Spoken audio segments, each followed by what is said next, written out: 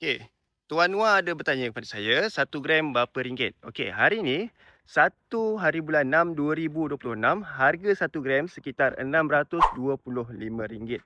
Dan dulu saya bermula harga 1 gram sekitar RM272 sahaja. Dan adakah saya dapat keuntungan dalam simpanan emas saya? Yes, saya dah dapat keuntungan dalam simpanan emas saya. Perlukah saya jual? Tak perlu, sebab saya akan jual bila berlaku 3 sebab saja. Yang pertama, bila berlaku kecemasan. Nombor 2, tukarkan aset kepada aset yang lebih baik. Dan nombor 3 adalah bila dah capai matlamat. Sebab itu, sebelum kita mulakan apa-apa simpanan emas ataupun perak, pastikan kita tahu apa tujuan kita nak buat. Jangan ikut-ikut orang, jangan terlalu FOMO dan jangan terlalu taksub ikut orang simpan emas, kita nak simpan emas tapi tak ada tujuan. Sebab itu emas tak membuatkan kita kaya, tetapi ilmu tentang emas membuatkan kita bertambah kaya.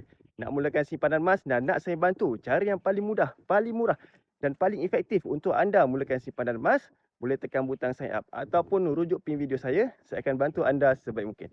Follow saya. Ingat emas, ingat Afiq Mishan.